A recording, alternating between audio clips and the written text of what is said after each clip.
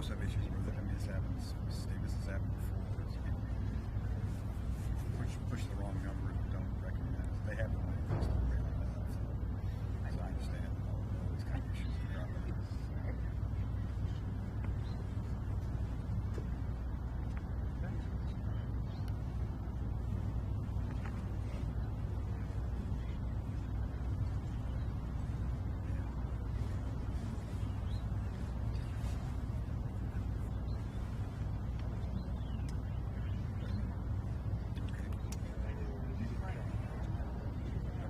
We'll try to do tomorrow. So.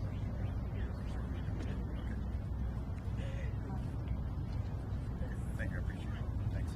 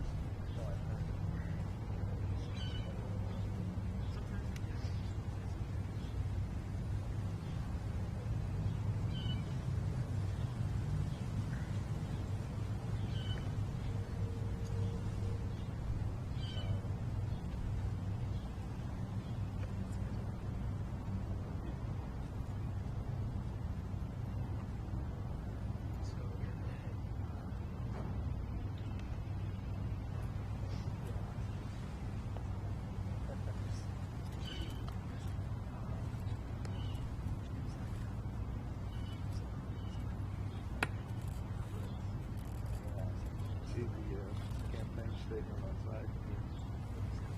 COVID-19. What was that? The Trump campaign declared a statement about Joe Biden referring to COVID-9. You heard what Kevin Newsom about. The Chinese should have known about this. Whether it be COVID-19, COVID-19.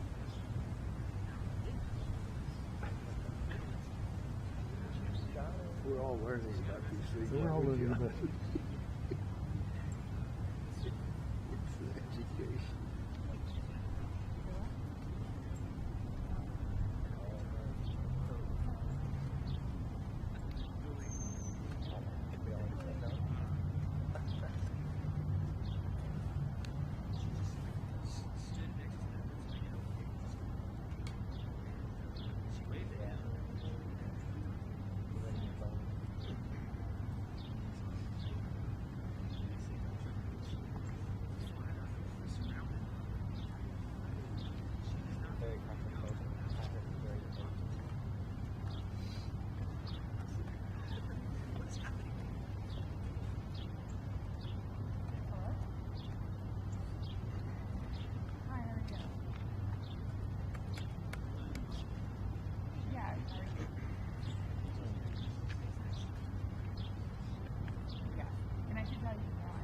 I apologize if you get back to I don't like to start. So if I get a chance, I'll have to jump, but I have to stop.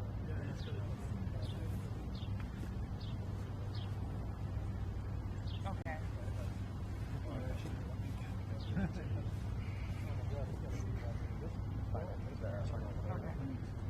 Okay. I really appreciate it.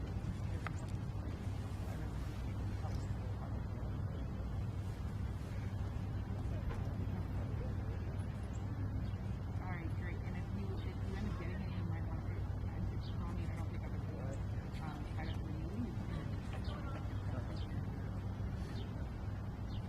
right.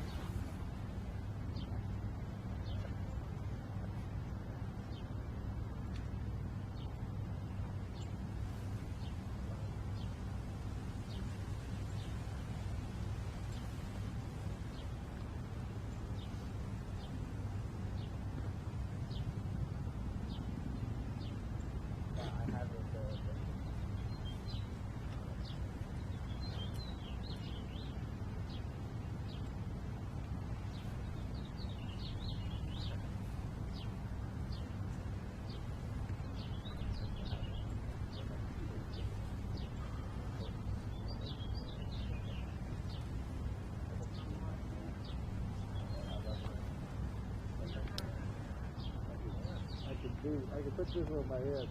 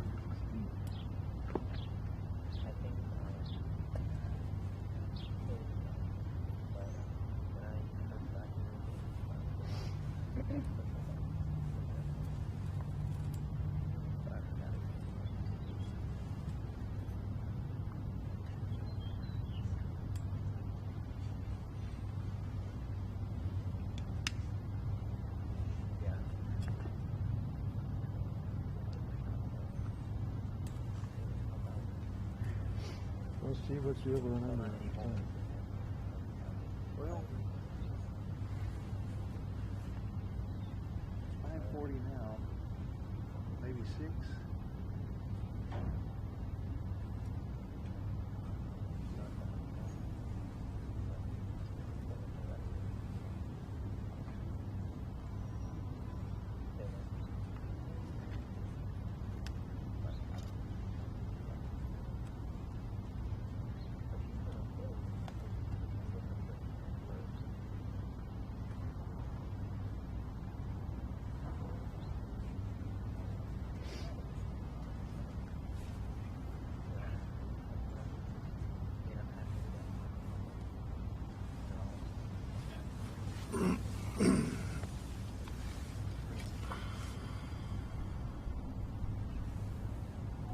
Don't let Dave get his computer be on the phone.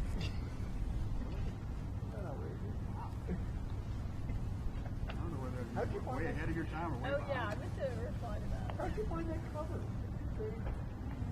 I didn't remember it was 250 out here. That's a lot of ideas. Not relying on you for I made a really good argument. What was it? I don't have to think about it, but and of course the world followed. We're toward the end of the magazine. When Ben Richards Snow and Henry Douglas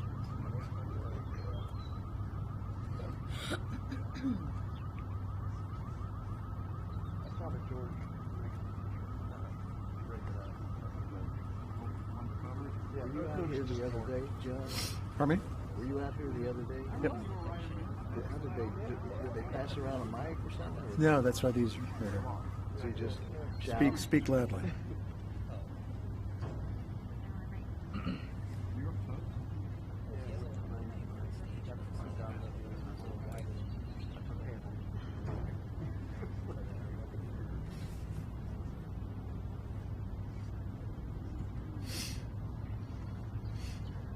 I was going to suggest that they were doing a weekly stand in another great program.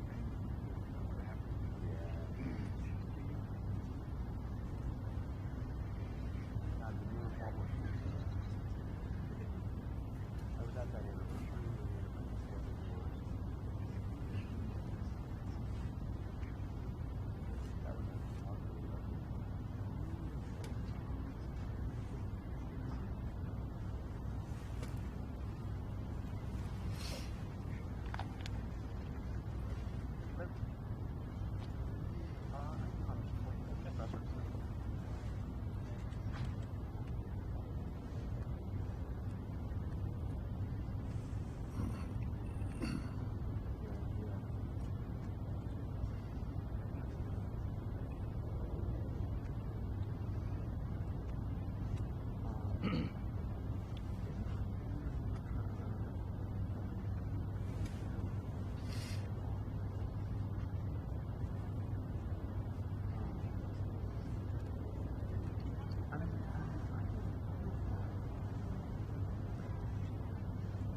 That was bird.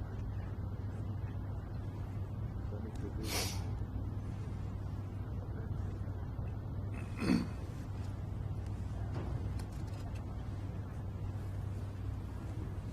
Sure. Yeah, exactly. Hello. But we can't see. I didn't know that. Put your puffy Go coat right on. ahead. Put it on. Put it on. Oh, Yeah, that's all you need in this is to catch your death of cold. terrible. But I, you know, I'm not going to talk that far back. Yeah.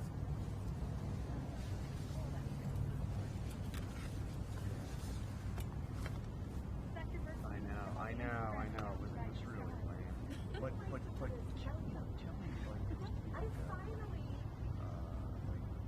Fox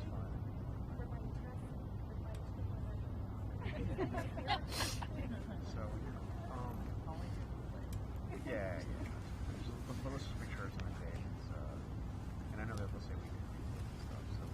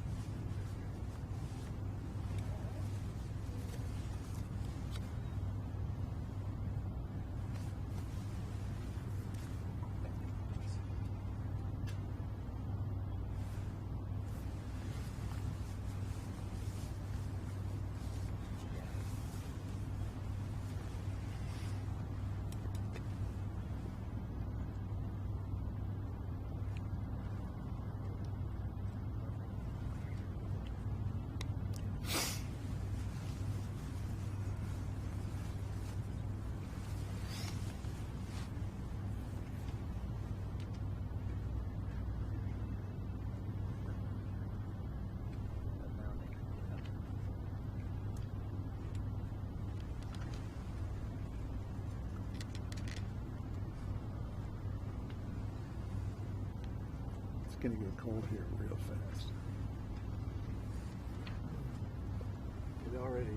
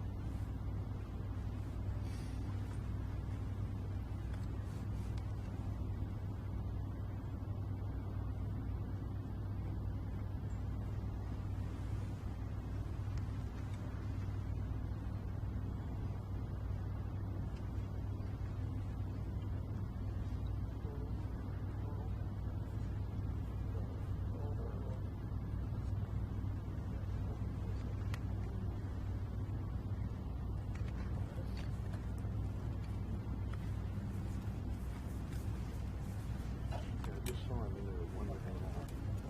Just wandering around. Yeah. What's he waiting for? The light to change?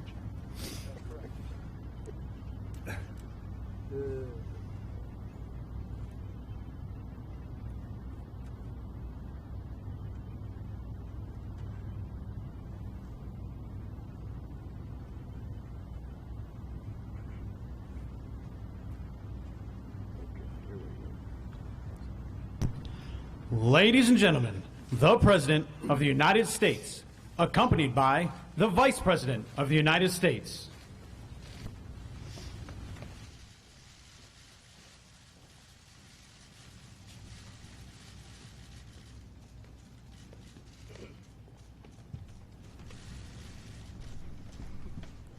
Okay, thank you very much. Please. Thank you. Big day today at the White House.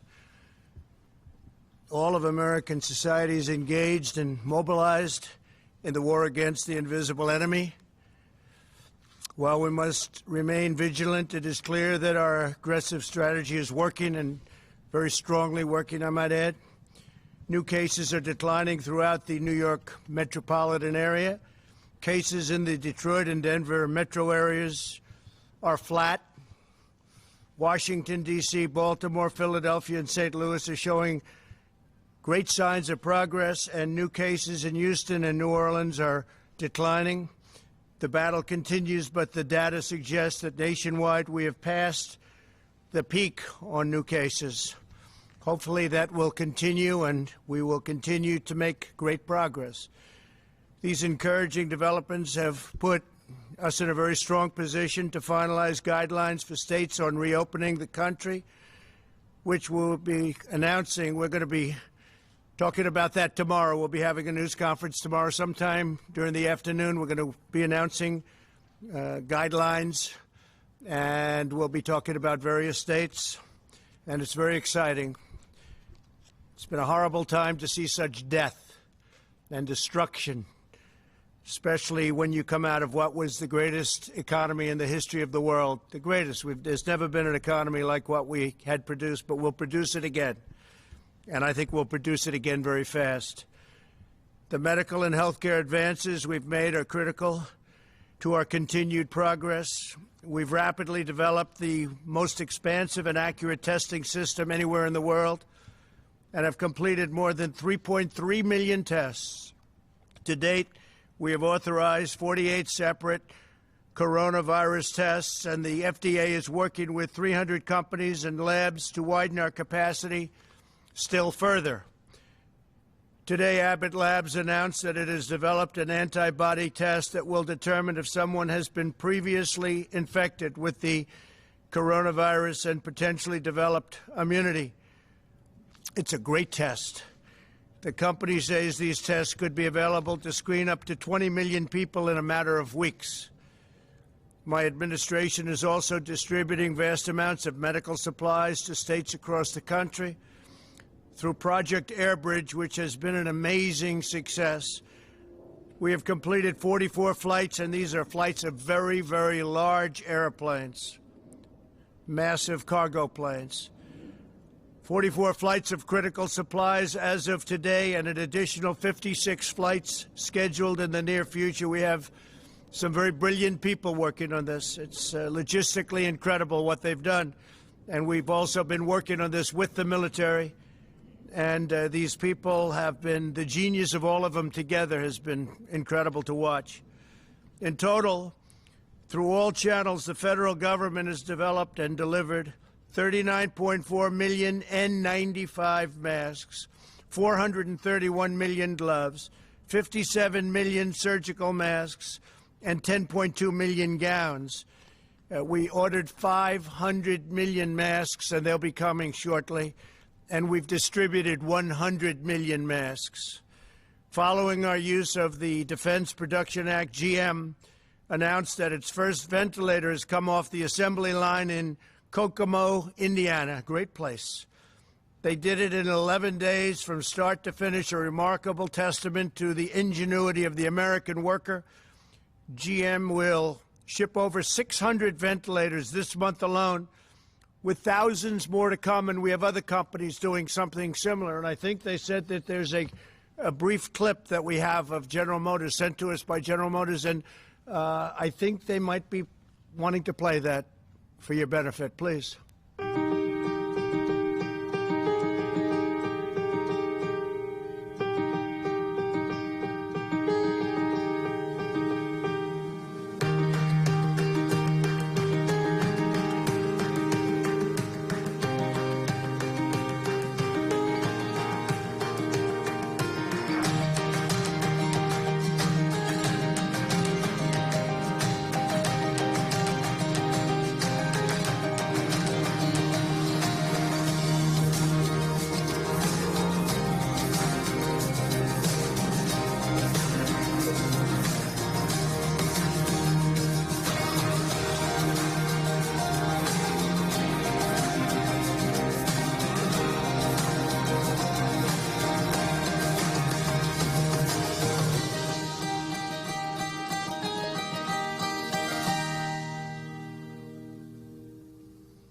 I know you got a little bit nervous when you saw there was a clip about ready to be played, but that was sent to us by General Motors, and we thought it would be a good one to play. It's amazing. It's, you know, what they've done in a very, very short period of time. They're now making thousands of ventilators, and they're coming out of the factory very rapidly at a clip that nobody can even believe. But we have others also doing it, and these are very high-grade ventilators. So we're helping a lot of people, and at this moment, nobody needs them. We have to remember, during the surge, nobody's needed them for weeks now. But we'll have them for stockpiles, and very importantly, we're going to have them for other countries, because nobody's able to do things like we can do, and we're going to be able to help other countries that are having tremendous problems, to put it mildly. My administration is using every available authority to accelerate the development, study, and delivery of therapies. So important, therapies, treatments, and ultimately what we want to come up with is a safe vaccine. But frankly, the therapies to me are the most important, because it takes care of people right now. The vaccines have to be tested, so it takes a longer period of time. But we have some great potential therapies already, and we'll see how they're working. We'll be able to report on that, I think, over the next week or two. Tremendous progress has been made. At least 35 clinical trials of promising therapies are now underway. So 35 different genius companies. If you look at AIDS, if you look at Ebola, if you look at so many things, they've come up with the answers to so many things. You wouldn't have believed it, and we're very honored to be working with them. They include antivirals and also, and they something which is incredible, keeps the virus from multiplying, a mechanism that keeps the virus from multiplying, immune therapies that prevent the immune system from overreaching to the virus, and convalescent plasma treatments that use antibodies from the blood of recovered patients. So we have a lot of patients who recover, and they're so happy to have recovered that the first thing they do is say, we want to give our blood. And they do that. It's incredible. We have thousands of people that are doing that. They recover. They feel they have an obligation because they've gotten such great care. And a lot of them didn't think they were going to make it. As the entire U.S. government works to combat the global pandemic, it is absolutely essential that the key positions at relevant federal agencies are fully staffed, and we're not allowing that to take place through our Congress. They're just not giving it to us. We have many, many positions that are unstaffed because we can't get the approvals. The Democrats are holding us up. We cannot get approval. We've gotten judges because we go through the process. I guess we're up to 448 federal judges, and that we've gotten because we focus on it. We take the maximum time because no matter who the judge is, they take vast numbers of days and hours to approve, and leaves no time left for others. Very unfair system. If a judge is going to be approved in 1 hour in one session, it doesn't matter. They'll take the maximum number of hours and days. You're talking about days to get one judge approved. And we're close to 250 judges, but because of the way they're doing it, there's no time for anybody else. And many of these people have been waiting for 2.5 years. We have a couple that have been waiting for longer than that. There are currently 129 nominees stuck in the Senate because of partisan obstruction. Many are nominated for vacancies that must be filled to assist with the coronavirus crisis and the resulting economic challenges. And I've read over the couple of years, well, I didn't fill positions. I don't fill positions. In some cases, we don't need the position, and I'm all for that. But in many cases, you do, but we can't get them approved by the Democrats. They won't release them. The positions include the Director of National Intelligence, 2 members of the Federal Reserve Board of Governors, the Assistant Secretary of Treasury for Financial Markets of the United States, and the Undersecretary of Agriculture responsible for administering food security programs. And Sonny Perdue, who's going to be speaking today, is saying, please, can I have this man, can I have this particular person approved as soon as possible? He's been telling me that for a long time, and the Democrats won't allow it to happen. Again, every single judge, every nominee we have goes through maximum, or at least they go through a long process. So it takes days and days, and there's no time left, and it's just a concerted effort to make life difficult. An example is Michael Pack. He's my nominee for the CEO of the Broadcasting Board of Governors, and he's been stuck in committee for 2 years, preventing us from managing the Voice of America. Very important. And if you heard what's coming out of the Voice of America, it's disgusting. What things they say are disgusting toward our country. And Michael Pack would get in. He'd do a great job, but he's been waiting now for 2 years. Can't get him approved. The Senate has left Washington until at least May 4th. The Constitution provides a mechanism for the president to fill positions in such circumstances. The recess appointment, it's called. The Senate's practice of gaveling into so-called pro forma sessions where no one is even there has prevented me from using the constitutional authority that we're given under the recess provisions. The Senate should either fulfill its duty and vote on my nominees, or it should formally adjourn so that I can make recess appointments. We have a tremendous number of people that have to come into government, and now more so than ever before because of the virus and the problem. We have to do it, and we have to do whatever we have to do. They've made it very, very difficult to run government. I don't think any administration has done anywhere near what we've done in 3.5 years. But every block, every week, they put up roadblocks. whether it's Russia, Russia, Russia, or whether it's impeachment hoax, or whatever it may be, it's always roadblocks and a waste of time. If the House will not agree to that adjournment, I will exercise my constitutional authority to adjourn both chambers of Congress.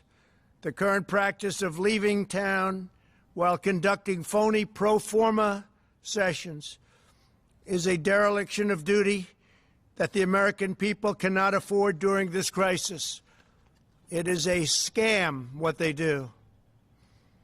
It's a scam, and everybody knows it. And it's been that way for a long time. And perhaps it's never done before. It's never been done before. Nobody's even sure if it has, but we're going to do it. We need these people here. We need people for this crisis, and we don't want to play any more political games. I've been waiting for 2.5 years, 3 years for some of these people. And they're great people. They left law firms. They left jobs. They gave up everything to do it, and they've been waiting for 3 years, 2.5 years, 2 years, 1 year to get approved. It's ridiculous. And everyone knows they're going to be approved. But there's only so many hours in the day when you go through judges and you go through lengthy hearings on judges that they know should be approved immediately, and they could do it in one session, and they could do it in 1 hour. And instead it takes them many days. In order to advance the health and security of our nation and all nations, as we announced yesterday, the U.S. government has put a hold on funding to the WHO, World Health Organization, pending a review of the organization's cover-up and mismanagement of the coronavirus outbreak. Over the objections of the WHO, we took decisive action and early life-saving action to suspend travel from China. They didn't want to do it. They were angry that we did it. It was early on. They were angry that we did it.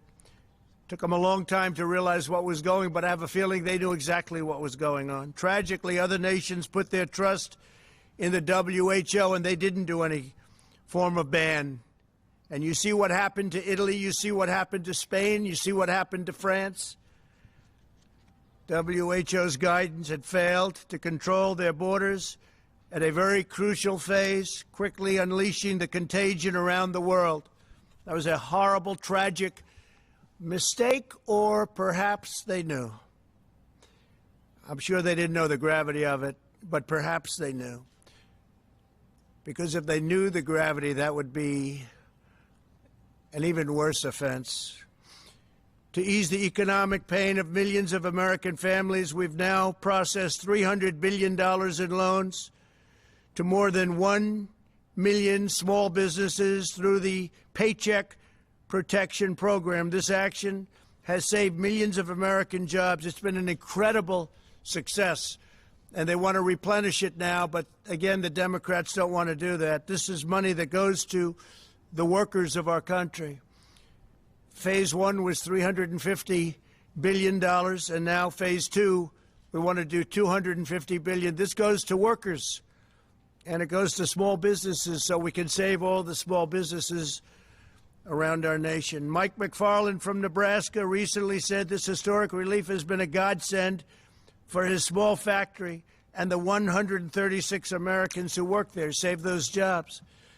Another small business owner, Tim Miller from Oklahoma, called the program a total lifesaver for his auto repair shop's 4 employees. Stories like these underscore why Congress must replenish the Paycheck Protection Program immediately. The Republicans want to do it. They want to do it immediately. They want to do it now. And the Democrats are stopping it. A short time ago, CDC issued public health guidelines for critical industries. In a few moments, Agricultural Secretary Sonny Perdue will elaborate on how these guidelines apply to our nation's dedicated workers in the food processing profession, because it's a profession. It's incredible what they do. Food processing, and they're keeping our grocery stores full. The shelves are not bare like the shelves that I inherited when we took over the stockpile, the medical stockpile, where the shelves were bare. The cupboard was bare, I say. Tomorrow I'll also be leading a call with elected officials who will consult with my administration as we work to restore our economy to full speed. And we really think with all of the stimulus and all of the pent-up demand, we're going to have an economy that really comes back quickly, and would like to see it more than match what we had before. What we had before was a miracle, and we think this is going to be even more than a miracle. We're going to do it because we have the greatest people in the world. We'll also be speaking to America's governors tomorrow, and then we'll be announcing exactly what's happening. You already know we'll be opening up states, some states much sooner than others. And we think some of the states can actually open up before the deadline of May 1st. And I think that that will be a very exciting time indeed. Governors are looking forward. They're chomping at the bit to get going. Again, not all states are the same. They're very different. Some are having very little problem. Some have done such a good job that they have very little problem, and they're ready to go. So Vice President Pence and I will be speaking with the governors tomorrow. We'll be discussing procedures. Today I spoke with the leaders of many of our nation's most renowned companies and organizations on how to achieve the full resurgence of the American economy. My discussions included top leaders in health and health care, transportation, technology, financial services, food, beverages, hospitality, real estate, retail, agriculture, construction, energy, labor, manufacturing, and sports industries. We want to get our country open again. We want to have our sports leagues open. You want to watch sports. It's important. We miss sports. We miss everything. We want to get back. These experts and innovators provided extremely productive feedback on how to safely reboot our economy. They gave us a lot of great ideas. We spoke to a lot of very, very smart people. The highest of the high tech. The level of IQ on some of those calls was about the highest you've ever seen on a phone call, that I can tell you. But we have a lot of great thought went into those calls, and a lot of questions came out, and also statements, very strong statements as to what they recommend. I think it was a great day. We did a lot of calling with a lot of very prominent people, but more importantly, very smart people and people that love our country. They talked about the vital importance of our wide array of relief measures to address the present crisis, and they provided valuable insights on how to move forward, including on the role of protective gear, where we have tremendous amounts of protective gear coming in, robust testing, and the future use of therapies and treatments. They also underscored the crucial importance of strong supply chains and communications infrastructure. We're talking about infrastructure for the middle of our country. We're talking about broadband and things that they frankly don't have and haven't had for a long time because a lot of politicians forgot about them. Can't forget about them. They're really the heart and soul. Can't forget about them. And we're talking about the telemedical. It's a new thing. And it's incredible what they've been able to do.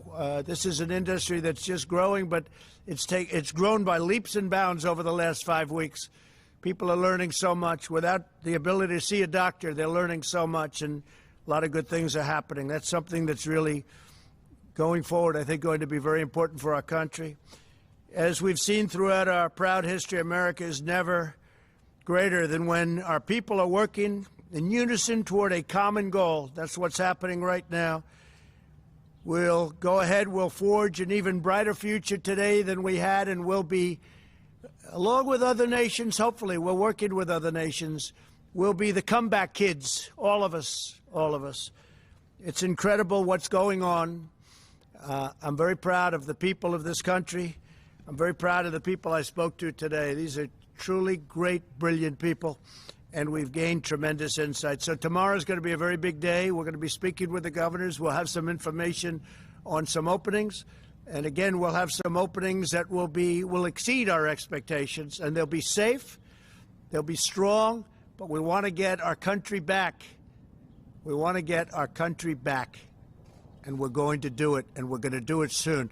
With that, I'd like to ask Dr. Birx to come up and say a few words, and then Secretary Sonny Perdue, and then Vice President Pence. Thank you very much. Thank you. Thank you.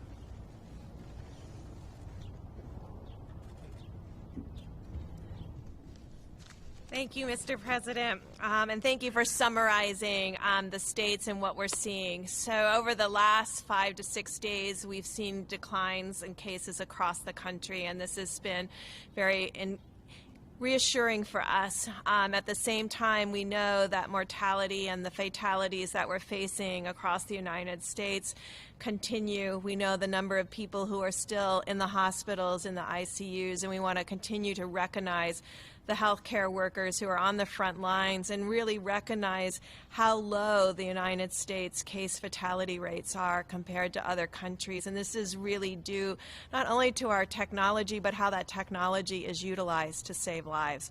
At the same time, I'm inspired by the American people who continue social distancing.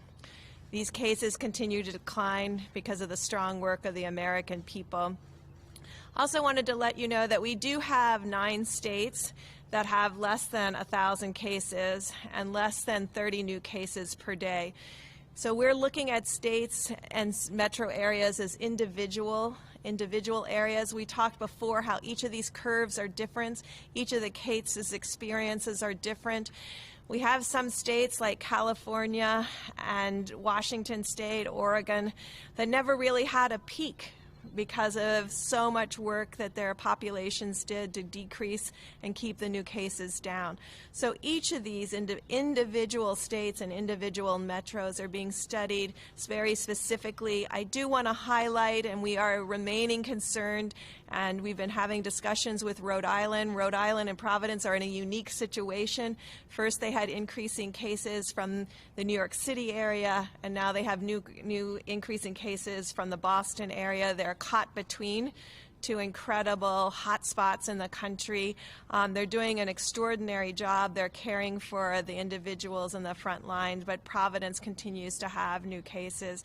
And we do continue to work with specific states that have specific outbreaks related to individual occurrences. I will just remind the American people again, this is a highly contagious virus.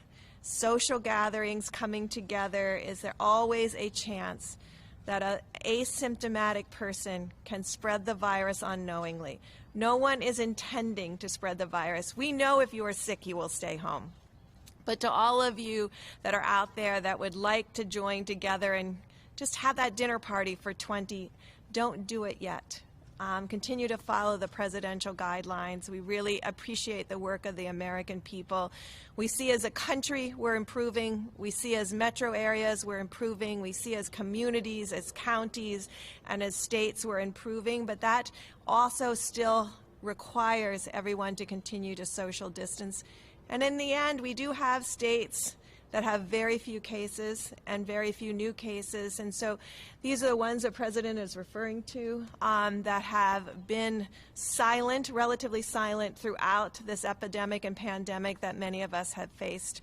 And so these are the groups we're working with very specifically. And each of these governors and each of these mayors will have to make decisions after generalized guidelines are put out so that they can do what's best for their communities. They are at the front line. And I wanted to conclude by really thanking my PEPFAR teams around the world who have been working tirelessly throughout the world to ensure that Africa and Asia doesn't experience this level of infections that we have seen here. They've turned over their capacities from their embassies. Our U.S. hires throughout the world, our ambassadors, are still on the front line with our local staff, working with ministries of health to confront this virus around the globe. And I assure you that they are continuing to invest in the health structures, the laboratory, and the frontline care to ensure that all of the work that we have done against TB, HIV, and malaria continues, but that we use our capacity, our laboratories, our clinics, our hospitals that have been built by the American people and the generosity of the American people to really combat this COVID-19 around the globe. Thank you. Thank you very much. Thank you, Doctor. Sonny, please.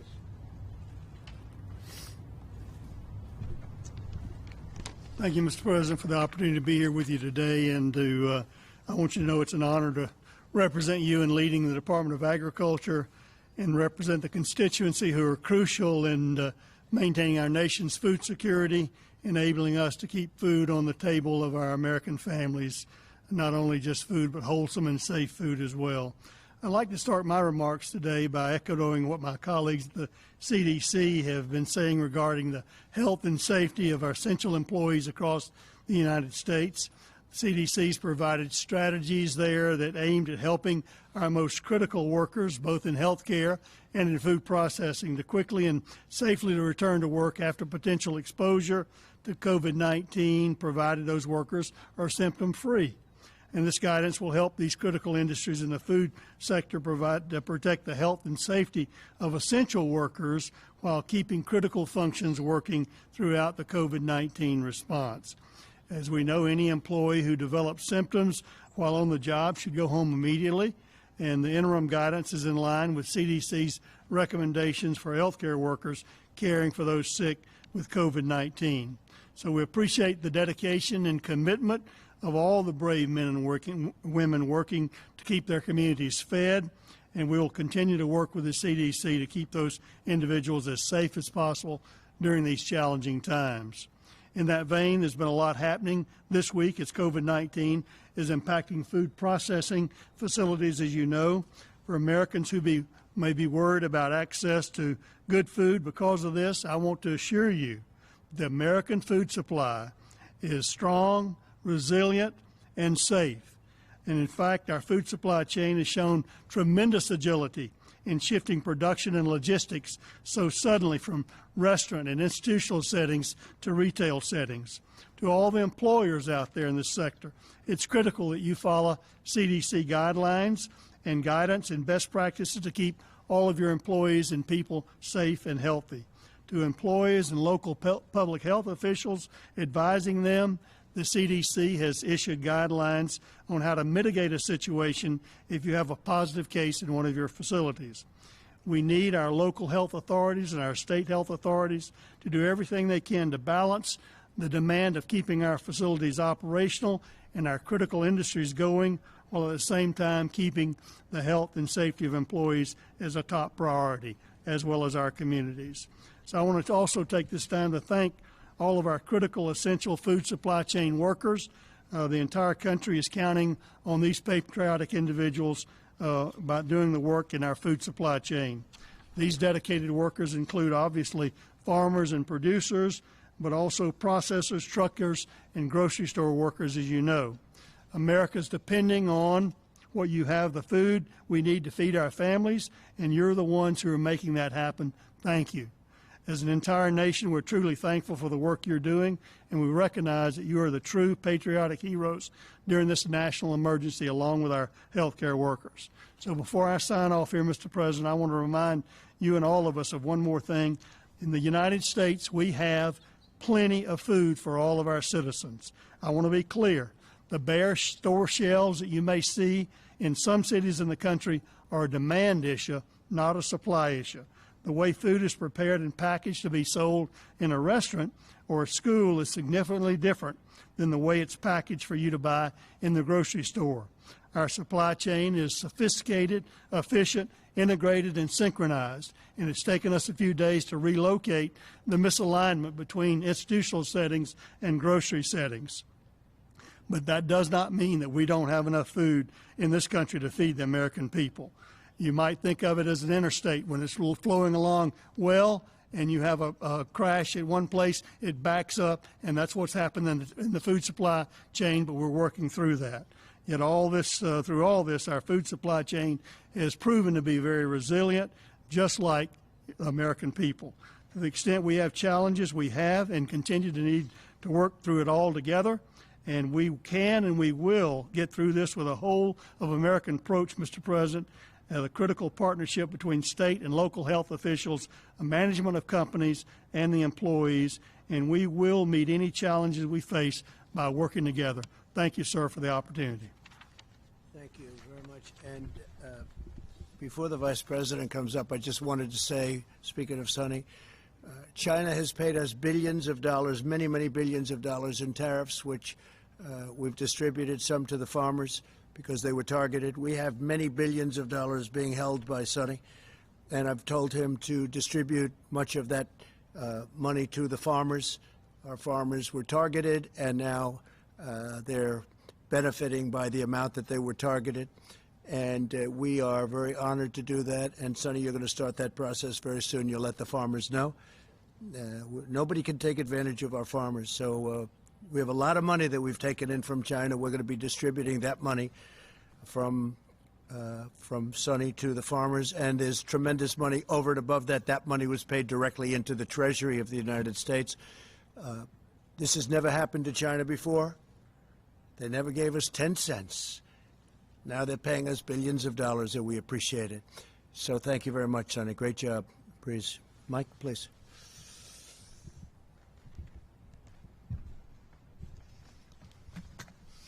Thank you, Mr. President. The White House Coronavirus Task Force met today. It's reported to us that we've conducted and completed 3,324,000 tests across the nation.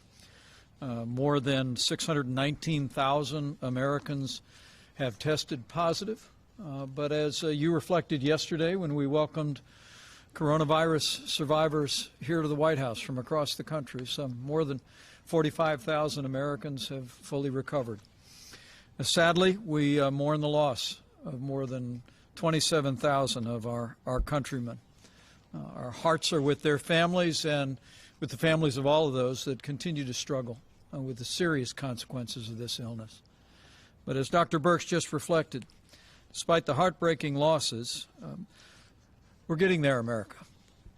Because of the efforts of people all across this country to put into practice the President's coronavirus guidelines, because of their adherence to the direction of state and local authorities, as Dr. Birx just reflected, we see great signs of progress from the West Coast to the East Coast. President Trump has directed our team to develop new guidelines that will be presented tomorrow to our nation's governors and released to the American people thereafter.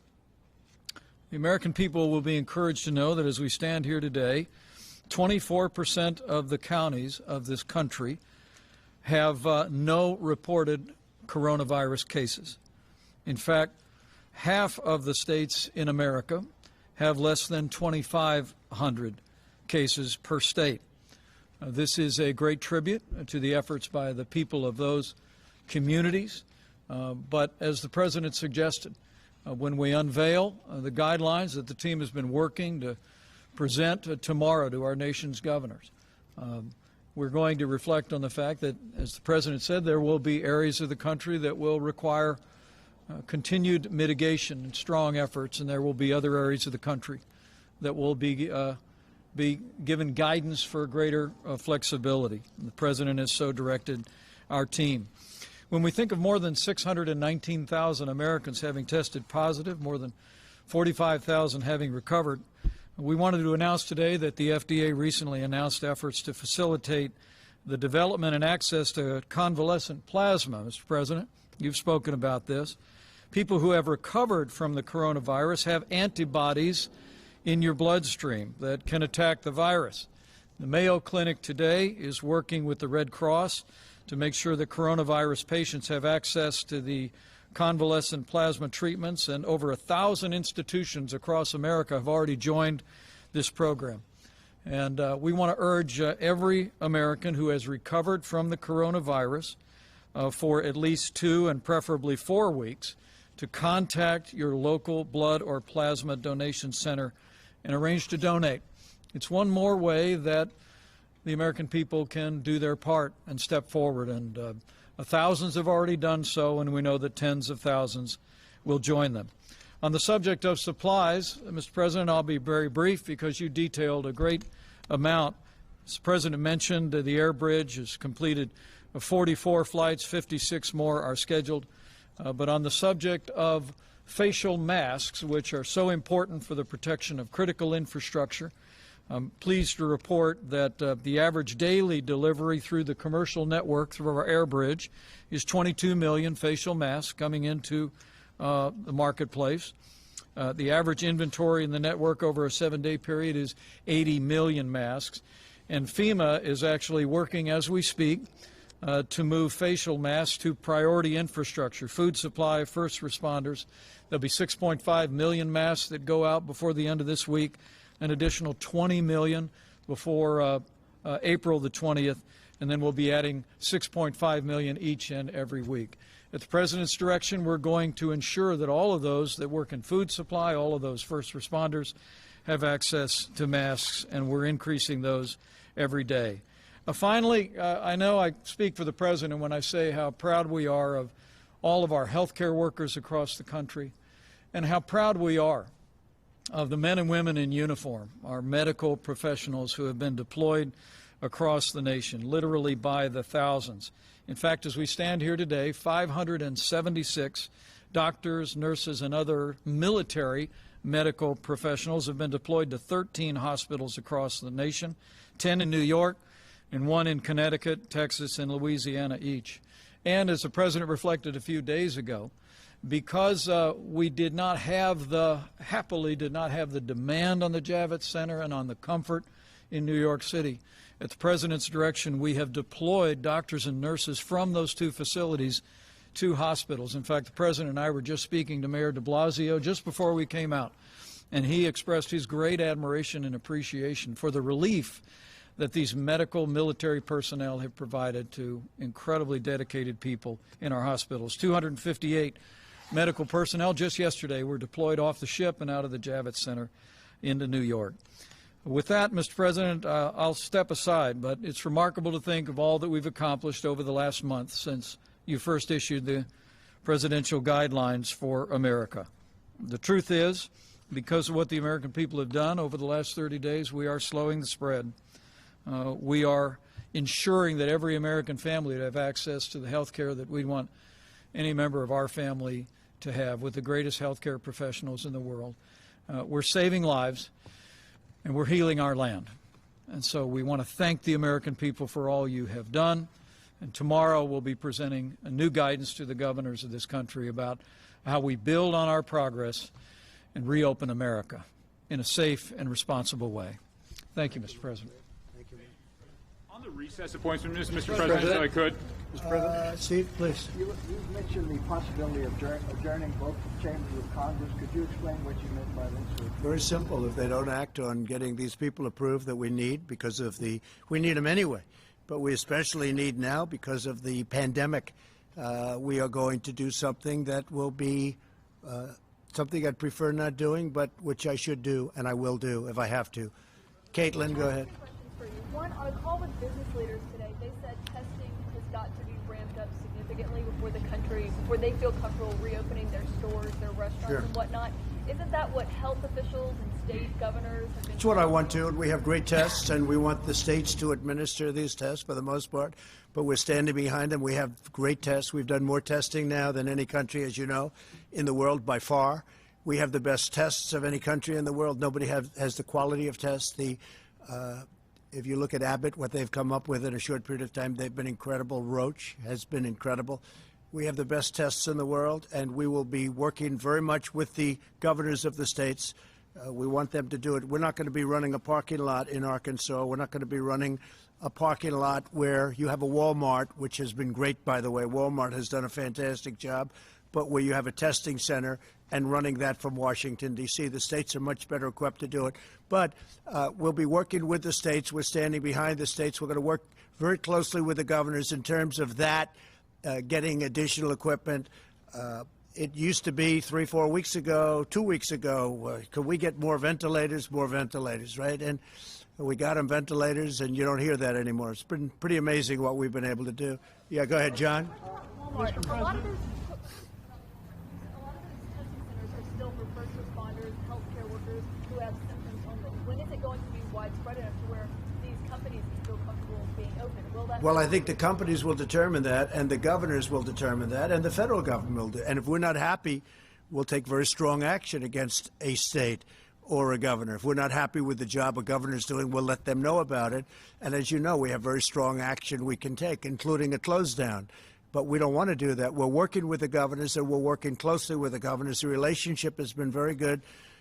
Vice President has had a lot of conversations over the last 2 weeks with either 50 or almost 50 governors on every conversation, and they've been really positive conversations.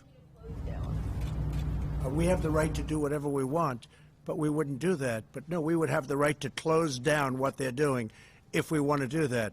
But we don't want to do that, and I don't think there'll be any reason to do that, but we have the right to do that. Steve, go ahead. Go ahead. You got me already. Mr. President, why did you have your name added to these coronavirus relief checks? Well, I don't know too much about it, but I understand my name is there. I don't know where they're going, how they're going. I do understand it's not delaying anything, and I'm satisfied with that. I don't imagine it's a big deal. I'm sure people will be very happy to get a big, fat, beautiful check, and my name is on it. Yeah, go ahead, please. Mr. President, Go ahead, please. Presidents never Please. did this. Why are Please, go ahead. Thank you, Mr. President. Dr. Birx just said that Rhode Island is seeing an increase in cases from people that are coming from Boston and New York. You just said you'd like to reopen some states before May 1. How will you stop a second spike in cases if people are traveling between states? How will you control the flow of people? Well, the governors can control that flow, as an example. In fact, I just saw a little while ago it was reported that certain borders are being controlled already by states. They're starting to take control of their borders, which is good. So they'll be controlling. They may do testing for people wanting to come in. I'd read that about Rhode Island, so they have to watch it. They have to be very careful. Yeah, please, in the back. Thank you, Mr. President. About reopening the country again, you said, along with other nations, what form would it take? Are you considering also relaxing the border between Canada and the U.S.? So our relationship with Canada is very good. We'll talk about that. It will be one of the early borders to be released. Canada's doing well. We're doing well. We'll see. But at some point, we'll be doing that. In the meantime, nations that are heavily infected, we have a lot of nations that are heavily infected. Some are getting better. Some are still on the way up, unfortunately. We're keeping very strong borders with those nations. But with Canada, we are talking about different things. Yeah, please. Mr. President, you said the evidence suggests that nationwide we have passed the peak on new cases. What's your evidence for that? What are the numbers saying? Well, all we're doing is looking at the numbers. We're looking at our graphs. We're looking at our models. We're getting a great response from Deborah and from Tony and from many of the professionals that are working. We have great professionals working with us. And I think based on that, we're doing very well. Based on that, it looks like we're headed absolutely in the right direction. But some states are looking at other states and they're saying, I can't imagine what they're going through because they're not in that position. They're in very good shape. I would say that we have 20 states at least, but you really have 29 that are in extremely good shape. You have others that are getting much better. And I think with almost a few exceptions, you have every state that is either doing better or on the way to doing better. Yeah, please. Yeah, go ahead. Yeah, thank you, Mr. President. On your threat to adjourn Congress, clearly you have the power, Article 2, Section 3, but that'd be quite radical to do. Earlier last month, you were in the Oval Office talked about now is not the time for partisanship. How will that act lower the partisanship in this town, and could it potentially hinder your ability to get something done on coronavirus? Well, it is. Look, it's been a very partisan government for a long period of time, not just this administration. You can go back into the last two administrations. You've seen a lot of partisanship. And even now, you would think that we wouldn't have. As an example, with the paycheck plan, that's going so well. It's so smooth, so beautiful, almost without a hitch. All of that money is being distributed to small businesses. They're giving it to their employees. It's keeping them ready, viable, so when we open. And now it's been so good that it's almost depleted, and we want to replenish it, and we can't get the Democrats to approve it. And that's a program that they and everybody else admit that are great. So you do have partisanship. We have been trying for years to get people approved for positions. People have left. One man left a law firm. One man left a big chain. He was a very successful executive. He left. It was 2 years ago. We have people that have been waiting for 3 years, and we can't get them approved by the Democrats in the Senate because they're taking so long to approve our judges. Now, I have to tell you that I'm totally in favor of what Mitch is doing with judges because that always seems to be a priority, and it's a very important priority. I think it's one of the great trademarks of this administration. We've approved record numbers of federal judges and appellate judges and 2 Supreme Court judges. But rather than approving somebody who's highly qualified, somebody that everybody knows is going to be approved, rather than going quickly, they take the maximum amount of time, whatever that time may be. And what they're doing by doing that is taking days to approve somebody that could be approved in a quick vote. People that get phenomenal reviews in committee are going maximum number of hours. And what they do is there's only so many hours in a day. Now, we could have said, let's stay. I would have been in favor of that. They didn't choose to do it. But I have a very strong power. I'd rather not use that power. But we have way over 100 people that we very badly need in this administration that should have been approved a long time ago. And one of them is the head of Voice of America. If you look at what they're doing and what they're saying about our country, it's a disgrace, the people that are running that. We have somebody that's really good, really talented, and that loves our country. And I want to get these people approved. That's one of many. We have professionals. Sonny, you've been waiting for, how long have you been waiting for the man that we're talking about coming in? 2.5 years. So Sonny Perdue just happens to be here talking about something else. So you've been waiting for one of the most important positions as Secretary of Agriculture is the position. It's distribution. We need it now. We're talking about shelves. We're talking about cupboards. He needs it. He's been waiting. He didn't know he was going to get this question. You've been waiting 2.5 years. The person is exceptional. That person left a very good job. And it's embarrassing to me. He'll say, do you think you'll get that man approved? He's been saying that to me for a long time. It's because of the Democrats. And what we're doing is, and I think anybody here would do it, judges are a priority. A federal judge who's going to sit for 50 years, potentially, a young judge going to be sitting for, that's always going to have to be a priority. But because they're taking so much time in approving they're trying to put us through the mill. That's when you talk about partisanship, and it's never, ever happened before. You can look at every administration in the history of this country. Nobody has ever had hundreds of people not approved after 3.5 years. Go ahead, please. Timeline for that, though. If Congress doesn't act we'll by know when, soon. do you have a date? They know. They've been warned, and they're being warned right now. If they don't approve it, then we're going to go this route. And we'll probably be challenged in court, and we'll see who wins. But when the court hears that we aren't getting people approved, as Sonny would say, for 2.5 years for an important position that we need because of this crisis. We needed these people before, but now we really need these people.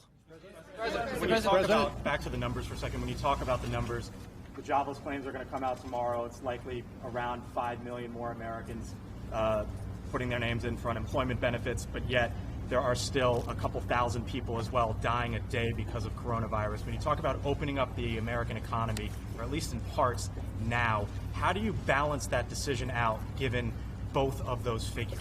Well, there has to be a balance. You know, there's also death involved in keeping it closed. And I've gone over this with you, and I believe this so strongly.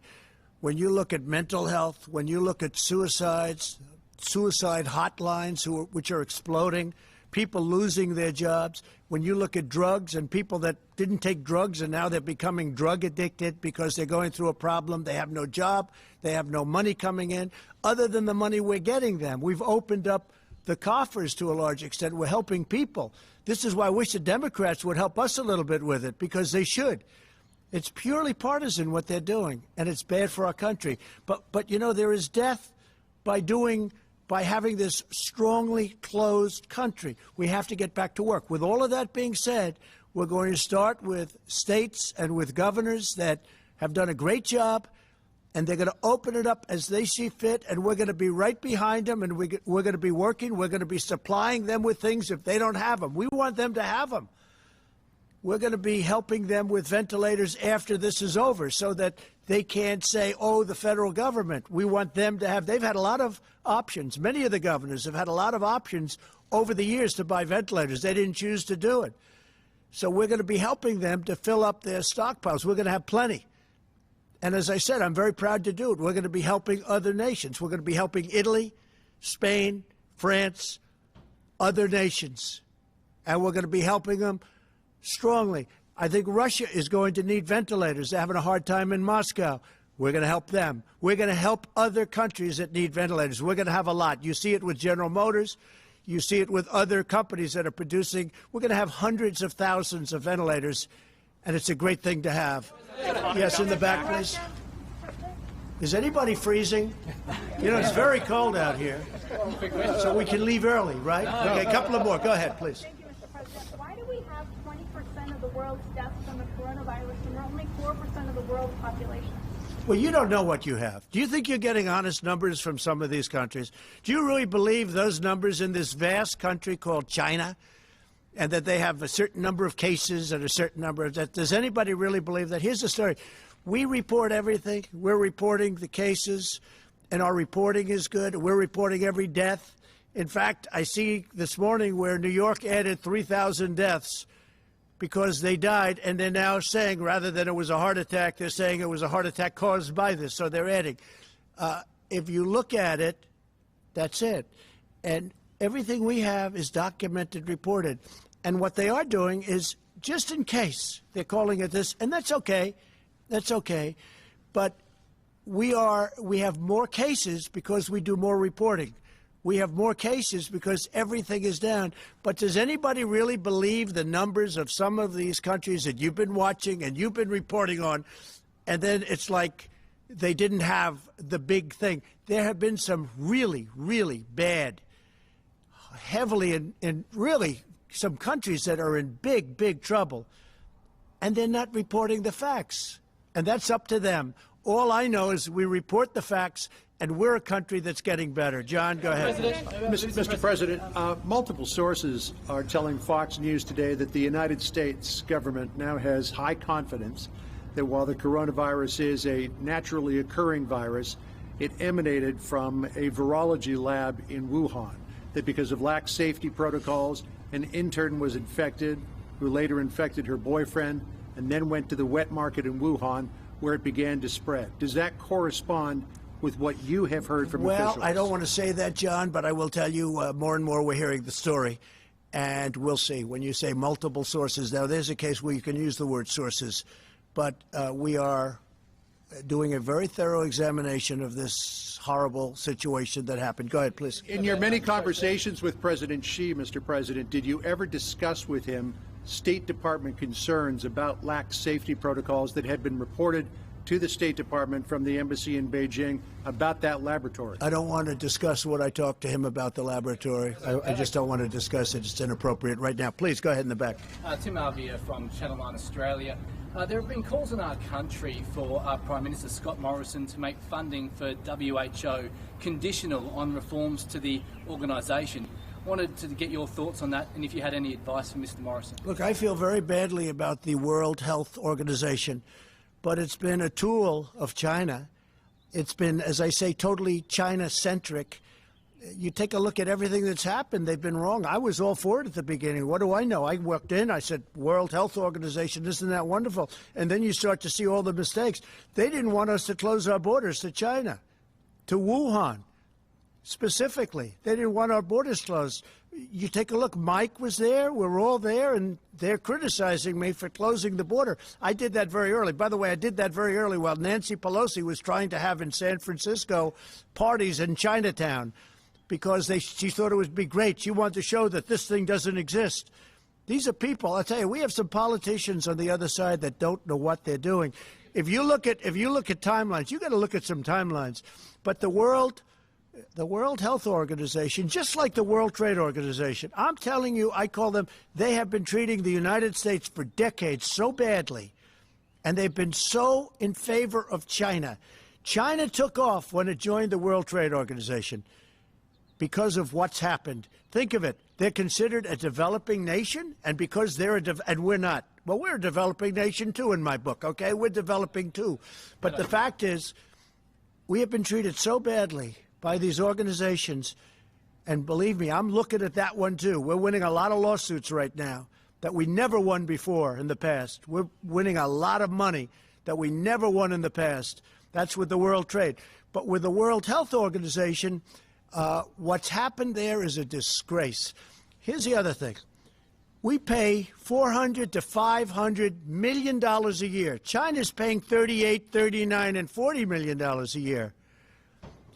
And it's like they control this group. I could do that too if I wanted to devote full time to it or have some very capable people dealing with Dr. Tedros, okay?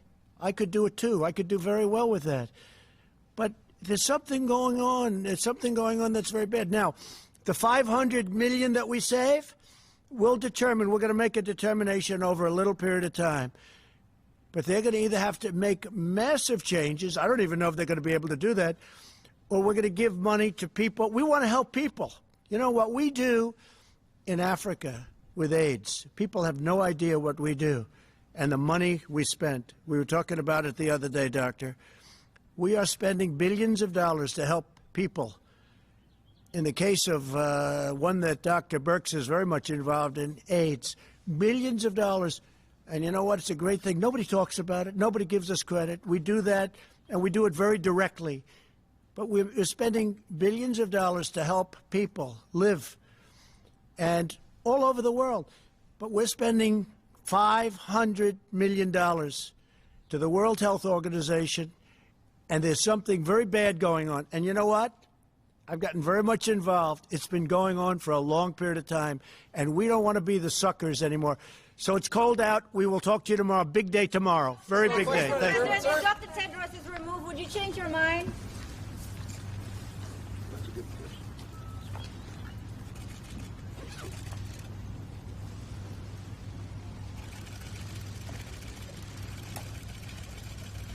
question.